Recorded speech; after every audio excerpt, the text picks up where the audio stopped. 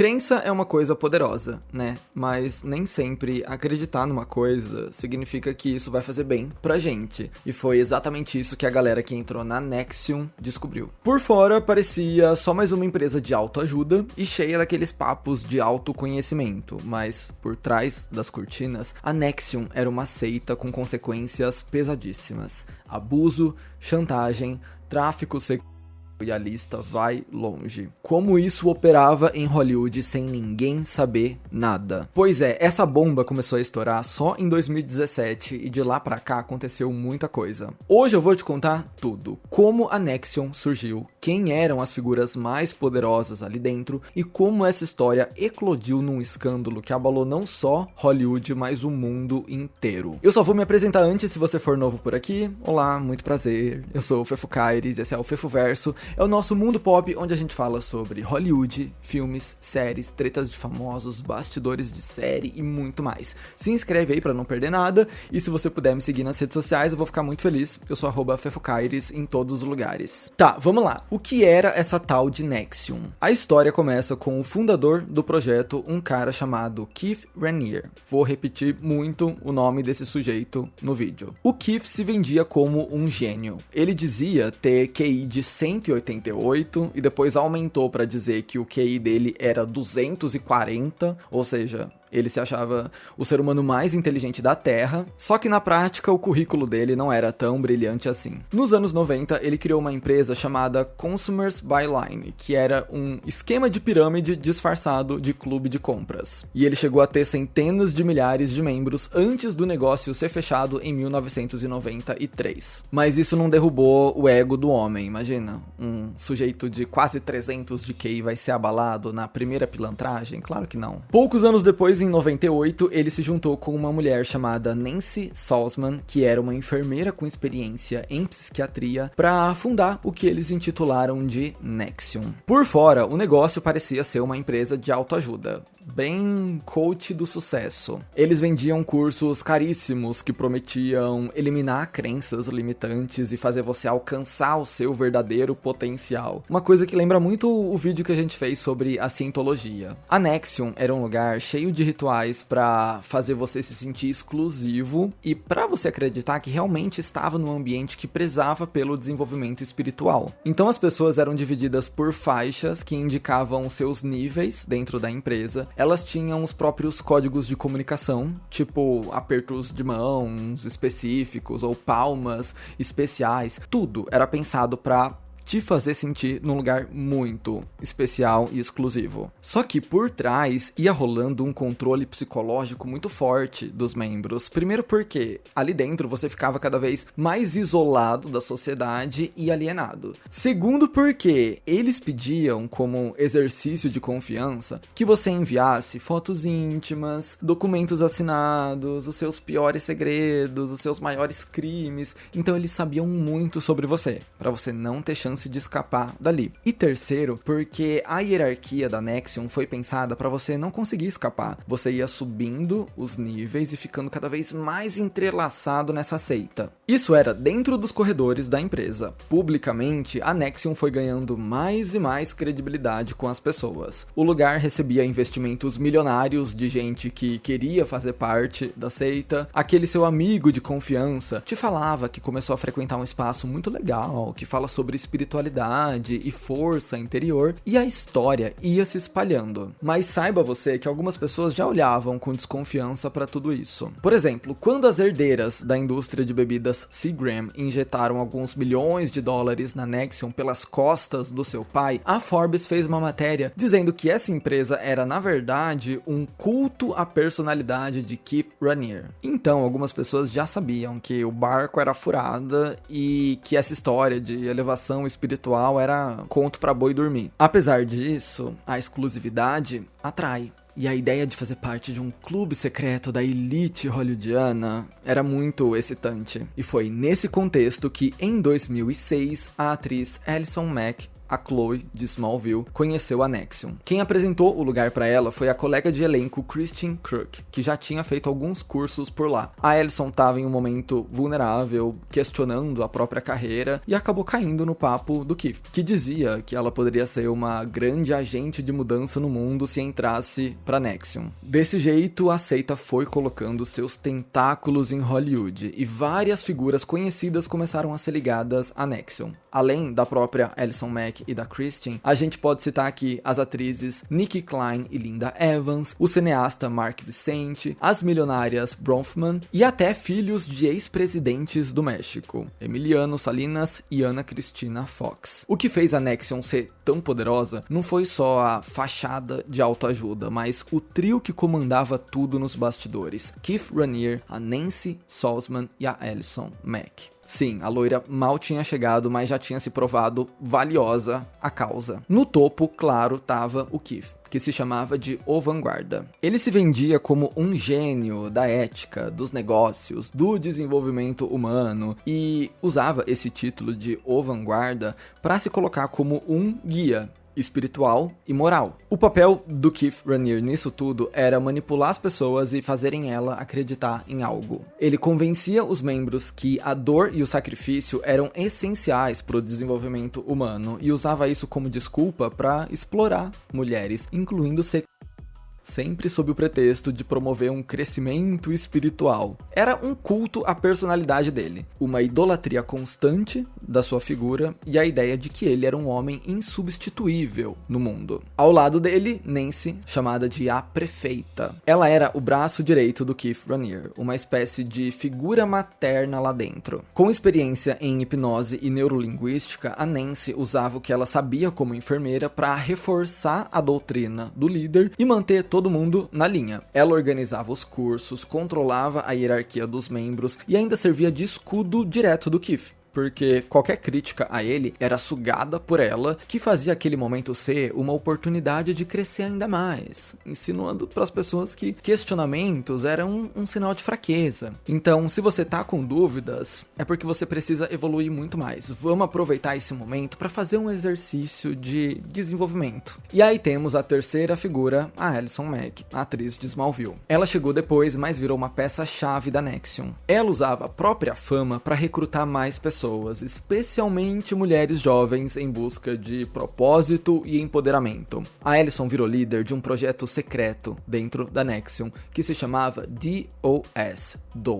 Eu vou te explicar o que isso significa já, mas basicamente o papel dela lá dentro era ser a soldada em campo da Nexium. Resumindo, o esquema era: o Keith inventava a doutrina e de fato explorava as pessoas, a Nancy usava o que sabia para manter todo mundo sob controle e a Allison trazia rostos novos, principalmente mulheres. Era a pirâmide perfeita, um guru no topo, uma técnica no meio e uma celebridade na linha de frente. Mas nenhuma seita sobreviveria se todo mundo achasse o negócio estranho de cara, né? A Nexium sabia disso e parte do truque era oferecer algumas experiências incríveis para os membros. Por exemplo, todo mês de agosto rolava a chamada Semana do Vanguarda, um evento gigante de vários dias para celebrar o aniversário do Keith Raniere. Era tipo um festival misturado com retiro espiritual, misturado com acampamento de verão. Tinha apresentações, cerimônias, cantores, mas tudo girava em torno de exaltar o gênio que era Keith Raniere. Muita gente via aquilo como a chance de ficar pertinho dele, o que era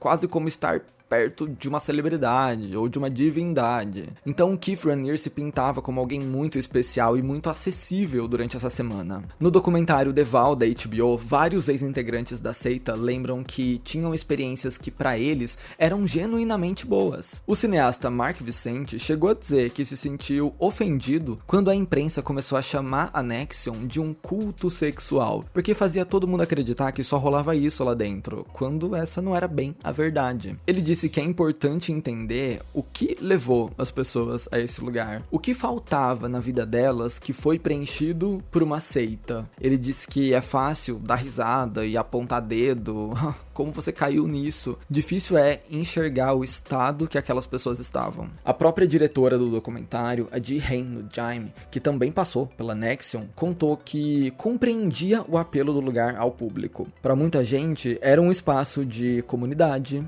onde todo mundo estava em busca das mesmas respostas. Qual é o meu propósito? Eu sou uma pessoa boa? Onde eu pertenço? Não à toa, estima-se que quase 20 mil pessoas passaram pelas aulas da Nexium, incluindo médicos, advogados e alguns atores famosos de Hollywood. Mas você já sabe que essa ideia encantada que a Nexium queria pintar, deixa lá pro acampamento, a realidade era muito mais sombria. O FBI apontou, por exemplo, que uma das práticas do Keith Raniere era manter um rodízio de 15 a 20 mulheres que só podiam se relacionar com ele, integrantes da Nexium que não podiam ter outros parceiros nem revelar o status do seu relacionamento com o líder para ninguém. A doutrina da seita pregava que os homens podiam ter várias parceiras, mas as mulheres precisavam ser monogâmicas, e isso era seguido fielmente pelas pessoas. Então o Keith Raniere mantinha esse grupo de membros que ele levava para dormir com ele, fazendo essas mulheres acreditar que elas estavam cumprindo o que era destinado para elas e fazendo elas se sentirem super especiais. E é justamente daí que surge uma das partes mais perturbadoras de toda a história, o DOS, o Dous. Se prepara que a história vai ficar mais macabra. O tal Dous vinha de uma expressão em latim, Dominus Obsequius Sororium. Me perdoem pelo meu latim, que significa algo como mestre de mulheres submissas. O nome já diz tudo. Oficialmente, o DOS era vendido como uma irmandade secreta para mulheres, para elas se empoderarem e encontrarem o seu lugar no mundo. Mas, na prática, era um esquema de escravidão secreta criado pelo Keith e tocado pela Alison Mack. A estrutura funcionava exatamente como mestre e escrava. No topo estava o Keith, chamado de Grandmaster. As mulheres da primeira linha, como a Alison e a Lauren Salzman, filha da Nancy, eram encarregadas de recrutar novas integrantes, que, para conseguirem entrar, precisavam entregar o que eles chamavam de efeito colateral, fotos íntimas, segredos comprometedores e até documentos assinados cedendo direitos sobre bens. Não é difícil entender qual era a lógica aqui. Com esse material em mãos, ninguém nunca ia conseguir escapar deles. Como disse a própria Lauren Salzman em tribunal, abre aspas, uma vez que você tem efeito colateral sobre a cabeça de alguém, o jeito como essa pessoa age é completamente diferente. Não é consensual. O processo de iniciação também era um choque. Muitas mulheres relataram que eram vendadas, nuas, levadas a uma sala e forçadas a jurar lealdade ao Keith Raniere para a vida inteira. Depois vinham as marcas. Elas eram queimadas com um cauterizador abaixo da virilha com as iniciais KR, Keith Raniere. A atriz Sarah Edmondson, que escapou do grupo, contou ao New York Times que durante o processo 3 mulheres a seguraram enquanto outra fazia a marca. Ela disse, eu suei o tempo todo, eu dissociei do meu próprio corpo. E não parava por aí, porque o objetivo do DOS era ter um controle 100% sobre você. Então, estamos falando de mensagens que exigiam resposta imediata a qualquer hora do dia, dietas extremas, privação de sono, punições físicas, banhos gelados, tudo em nome de disciplinar as mulheres e moldar elas como as submissas perfeitas para satisfazer o Keith Raniere. Um dos casos mais revoltantes foi o da Daniela, uma jovem mexicana cujo nome verdadeiro foi ocultado pela justiça. Ela tinha 16 anos quando se mudou para os Estados Unidos com a família, depois de conhecer a Nexium. Aos poucos, o Keith começou a aliciar a adolescente. Antes mesmo dela completar 18 anos, ele dizia que ela precisava emagrecer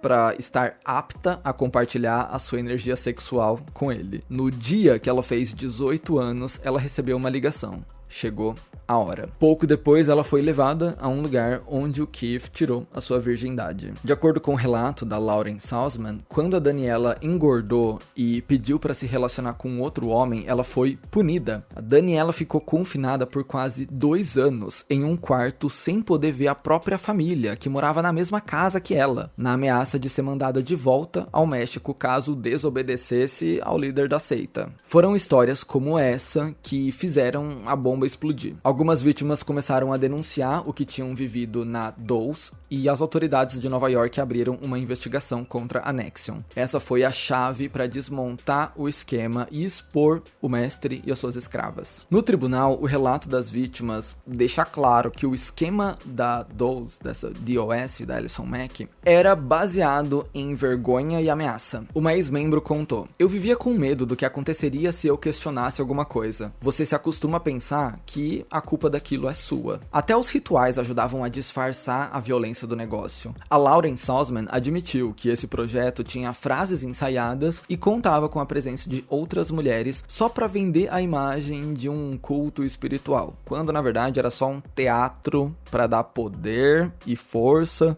e satisfação ao Keith Raniere. A atriz Alison Mack, que chegou a liderar esse esquema, também foi às lágrimas no tribunal ao admitir o erro, abre aspas. "Me dedicar ao Keith Raniere foi o maior arrependimento da minha vida. Peço desculpas a todos que eu trouxe pra Nexium. Peço desculpas por ter exposto vocês aos esquemas abusivos de um homem perverso." Em 2019, o veredito veio. Keith Raniere foi condenado a 120 anos de prisão, além de mais de 3 milhões de dólares em multas e indenizações. Outros nomes importantes também caíram com ele. Alison Mack pegou 3 anos de prisão. Nancy Salzman, a prefeita, foi sentenciada a 3 anos e meio e teve que pagar 150 mil dólares. Lauren Salzman, sua filha, escapou da cadeia por ter colaborado com as autoridades, mas recebeu 5 anos de liberdade condicional. A herdeira bilionária Claire Bronfman, aquela que fez investimento milionário pelas costas do pai, foi condenada a quase 7 anos de prisão e $500 mil em multa. E a Cat Russell, que trabalhava como contadora da Nexium, pegou 2 anos de condicional. Foram anos de manipulação,